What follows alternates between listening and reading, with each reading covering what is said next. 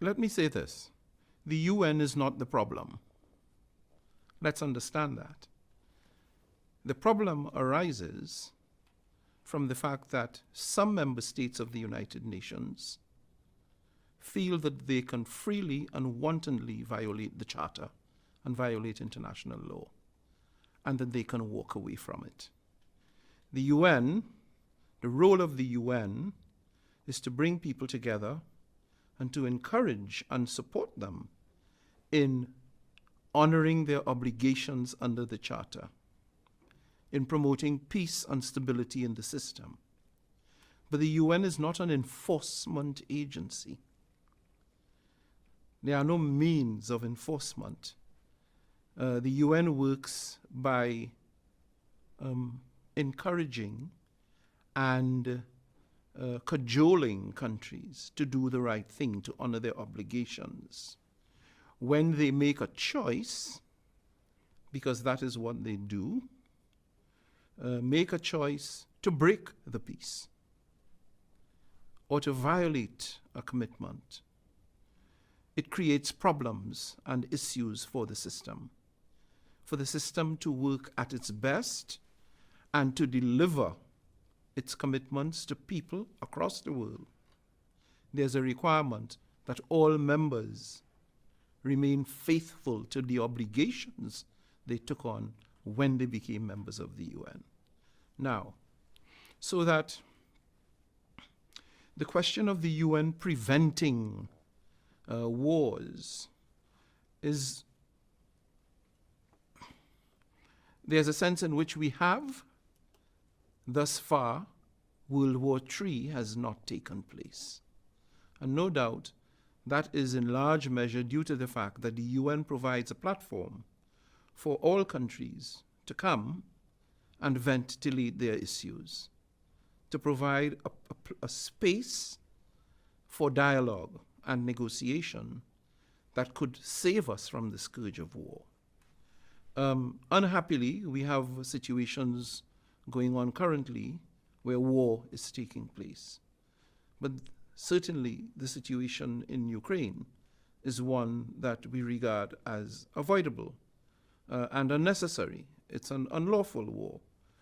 It ought never to have taken place. It's a direct violation. It is as if there was an attempt to tear up the Charter and discard it.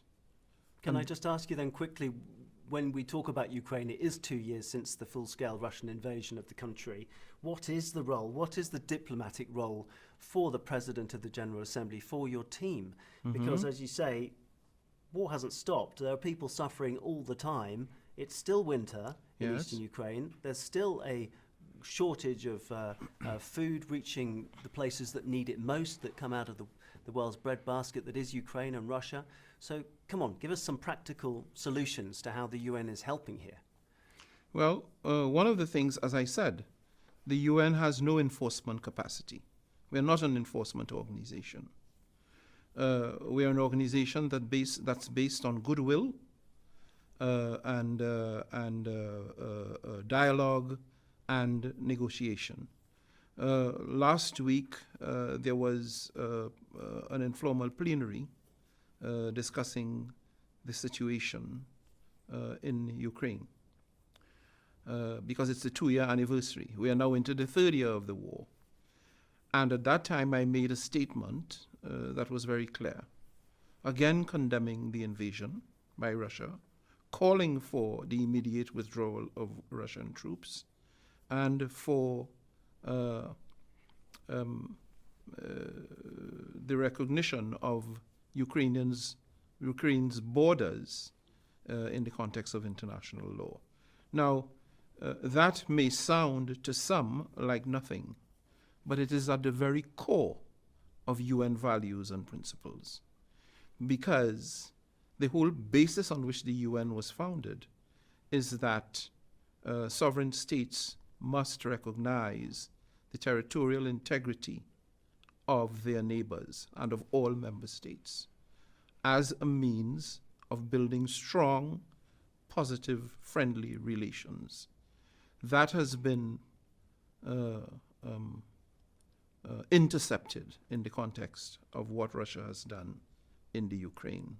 And until that situation is corrected by the Russian Federation, it is going to remain on the agenda of the United Nations. There's no doubt about it, because these are our core principles. It sets a very dangerous precedent in the violation of international law. And perhaps there may be other countries in the international system who might be looking on with an eye to taking similar action in their own jurisdictions, in their own regions. That's the danger, the precedent. That's a dangerous precedent, which we cannot allow to stand. Otherwise, we would descend into absolute lawlessness. That would only be destructive and take us back to the old days of gunboat diplomacy, which nobody wants. So, Georgia, not war, and of course we can't move away from the area of conflict without talking, and of course we can't move away from the area of conflict without mentioning Gaza, which is undoubtedly one of the most divisive problems for the international community. The suffering of the civilian population there, you mentioned it to the Human Rights Council earlier today, and only last Friday the head of the UN Agency for Palestinian Refugees, Philip Lazzarini, as you know, wrote to you saying that he fears a monumental disaster in Gaza and the West Bank amid repeated Israeli calls to dismantle UNRWA, the UN Agency for Palestinians, and the freezing of $450 million in funding by dozens of donors. This has seriously threatened the work of UNRWA, which is mandated by the General Assembly. Yes. So, as the head of the General Assembly this year, what's your response to these serious concerns? Well, the first thing is that we have to understand that UNRWA has been a lifeline to the Palestinians from the very beginning. UNRWA, it is not for UNRWA to find a solution to the political question of the status of Israel and the homeland for the Palestinians. UNRWA's responsibility is to provide services and support to the people, the Palestinian community in Gaza and elsewhere in the territory. And they've done that. They are a lifeline. The situation is a very dire one, because if UNRWA should be mothballed, the question of what happens to the welfare of those people, that 1.5 million people trapped in the south of Gaza, what happens to them? Who will take responsibility for providing them with service? They are already in a virtual desperate situation. Lack of water, lack of food. They are living exposed to the elements. Hospitals having collapsed. Reports, confirmed reports of children having legs and arms amputated without anesthetics. Can you imagine that for a moment? What that would mean for children. My hope is that donor countries would maintain their assistance and support to UNRWA. Investigations are going on. The reports are not yet in regarding the findings of those investigations, but at any rate, the organization has a mandate given to it by the General Assembly and must be positioned, must be empowered to deliver its mandate, not because UNRWA is privileged, but because the people who depend on it, their interests must be preserved. And we have to ensure that that commitment that the UN has given to look after those in need, that we honor that commitment. We ought not to be seen to be walking away from an undertaking that is at the core of the functioning of the UN. That seems like a very strong commitment to me in the face of stalemate in the Security Council. We don't have to get into that debate, but that seems like a very personal statement from you as President of the General Assembly that this issue is not going to slide. I wouldn't want it to slide at all, because, my presidency is largely people-focused. And the work of the UN really is people-focused. It is people that legitimizes the work of the UN. For instance, there are approximately 800 or 900 million people living in abject poverty in the world today.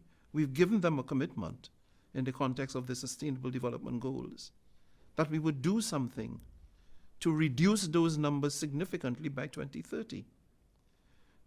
So despite the fact that we have all of these other situations which demand attention and action, we must not lose sight of the fact that we have an obligation to use our best efforts to lift people out of poverty and marginalization. So people have to be at the center of all that we do in the UN, because those people depend on us. They are voiceless in many cases. And given the commitment that we have, and given the primary importance of human rights, as you know, human rights is one of three pillars of the UN. It's peace and security, sustainable development, and human rights. What would be the probable justification for not ensuring the centrality of people in the work of the UN? It's a matter really of honor and credibility. That's something that brings me on to my next question, which concerns the Summit of the Future, Yes? being hosted at the UN in September. So it's coming up fast. Maybe you could explain in a nutshell to our viewers and listeners what the Summit of the Future is, because it's quite difficult to get your head around it, but maybe it touches on all the issues we've mentioned so far. Yes. In fact, it does. The Summit of the Future captures, so to speak, a number of issues. We're trying to look ahead into the future to see what would be the key issues that will confront the international community and that can possibly be disruptive in destabilizing the system, to see whether we can find a way of making common cause, coming to a robust understanding of how we tackle these issues. Now, there will be, of necessity, an overhang of concerns and issues from the present. Probably one of those might be the SDGs. But there will be some new issues, important issues, addressed in the Pact of the Future. As you know, there's a provision for a global digital compact, which is extremely important. But not to get lost in the details, but in negotiating that pact, the differing interests of countries have to be taken into account. Not all countries, the playing field is not level, quite the opposite. So your starting point is not the same in every country or region. And therefore, some complex issues arise in terms of how to get the right balance. Then there's the issue, for example, of artificial intelligence. How do you deal with that? Artificial intelligence, of course, can provide many important benefits to society, to civilization, but it doesn't come without a cost if unregulated. Things like loss of privacy, questions about, for example, ethical questions. What's acceptable and what is not. And we've seen AI being used to put words in the mouth of the Secretary General. It may happen to you one day. Obviously, that is part of the problem. In addition to which, the question of social media and its impact on governance generally, but more than that, its capacity to spread disinformation and misinformation in a way that can cause mass panic in society because of the facility with which that information and disinformation can be spread. So all of these issues are in there. We are negotiating as well, as you probably know, a pandemic preparedness and prevention treaty. That will likely be involved. That will be part of the discussions at the Summit of the Future? Not directly. That is being negotiated in Geneva, right. The pact. But I think people are minded because of the experience, the recent experience we've had with COVID and the question of vaccine availability. It's in people's minds. Again, from the point of view of building trust, that's an issue that helped to undermine trust and confidence in the system. So the Summit of the Future is intended to facilitate a strong understanding among heads of state and government to reinvigorate multilateralism, to hold countries to account for their commitments in order to ensure that we have the best chance of taking the decisions, complex as they might be, to stabilize the system and to create the atmospherics that would facilitate resolution of difficult issues like climate change, like biodiversity loss, and other issues. I'd love to talk about climate change very briefly in a moment, but just coming back to Geneva, you spoke about the pandemic preparedness treaty that's being negotiated by the World Health Organization, the UN Health Agency, here in Geneva. Other things that happen in Geneva are, of course, the Human Rights Council, and you addressed the 47-member forum earlier today, and I wanted to ask you what you thought, where there might be solidarity to be grabbed and really sought out by the international community, which meets here in Geneva as well as elsewhere around the world, in New York at the General Assembly and in other organs. You know, where do you think the Human Rights Council and the United Nations can find solidarity to really promote global peace and security? Well, there are a couple of areas. First of all, I don't think, it's not my impression that the Human Rights Council, the atmosphere in the council, is so putrid that the work of the council cannot go on. The council meets, it's meeting now. They've got a very ambitious program of work, which I fully support. And in my consultations, I've formed the impression that while the division exists, because that's a reality of system-wide, there is still a reasonable level of cooperation and of engagement in the council. And I'd like to encourage and support that, and I commend them for the work that they're doing in that regard. But there are a couple of areas on which, notwithstanding the apparent divisions, I think it's possible to get agreement. For example, the question of the education as a human rights, and the fact that everyone, including girls, should be allowed an education. That is not, in my view, an issue that generates or should generate contention. There's that. There is also the question of health as a human right, access to basic health and quality care as a human right. I know that there are some differences, but at its very core, everyone wants to know that confronted with illness, they can avail themselves of appropriate care. It's an emotional issue. It's a very personal issue. So there are some areas where I think there can be that can be built, consensus can be built. There will always be difficult areas, but that is the mission of the UN. It's the mission. It's the core mission, to bridge differences, to bring people together, to find a way forward that allows everyone to fit under the umbrella, and to do the calculus. Am I better off outside the umbrella, or am I better off within, as part of this consensus, this growing consensus? Well, we shall see in this upcoming 55th session of the Human Rights Council.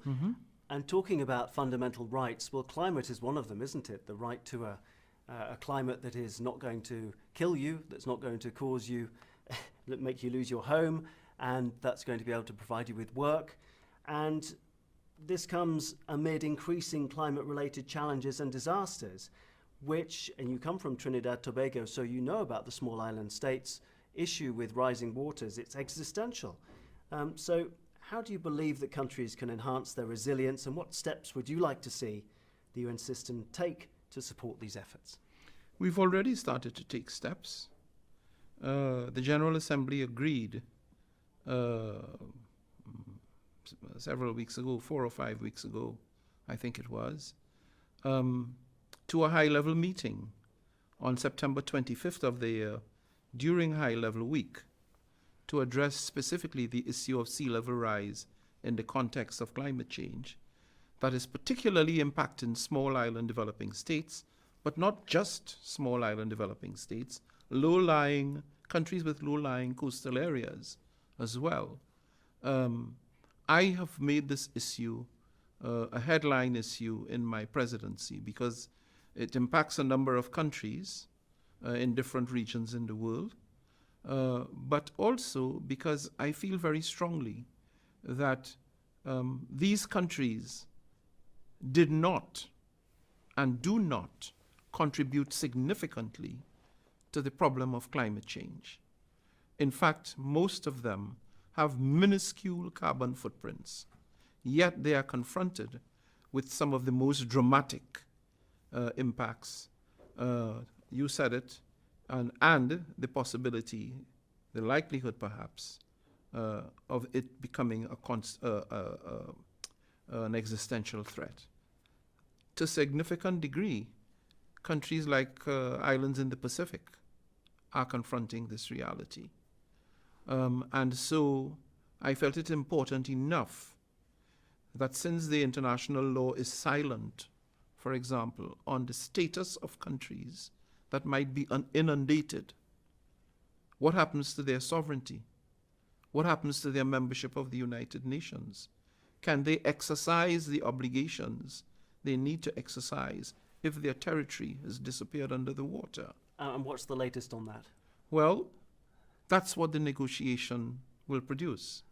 Some sort, hopefully, some sort of understanding as to what happens. It could require further consideration. We may not achieve it all in the context of the high-level meeting, but certainly to get it onto the agenda of the UN as an important issue that warrants deep consideration and action, because these countries do not have the wherewithal to cope with the impacts on their own. They will need the support of the international community, bearing in mind that everyone must make a contribution. That's the philosophy of climate action. Every country must contribute to the system to stabilize the climate. You notice I'm wearing my 1.5 badge. I've worn it every day for maybe the last 11 months, predating my presidency, because as someone from a small island developing state, this is crucial for us. And you would have noted that recently there was a report that last year was the hottest year on record. So we are clearly not going in the direction we need to be going, which makes the issue of sea level rise as a consequence of climate change all the more pressing to be addressed systematically by the United Nations. Fantastic. I think that really does sum up what you're doing right now, the long-term objectives, the challenges, and some of the solutions. So I would like to thank you very much indeed, Dennis Francis, for coming in to talk to us today at UNTV here in Geneva. My pleasure.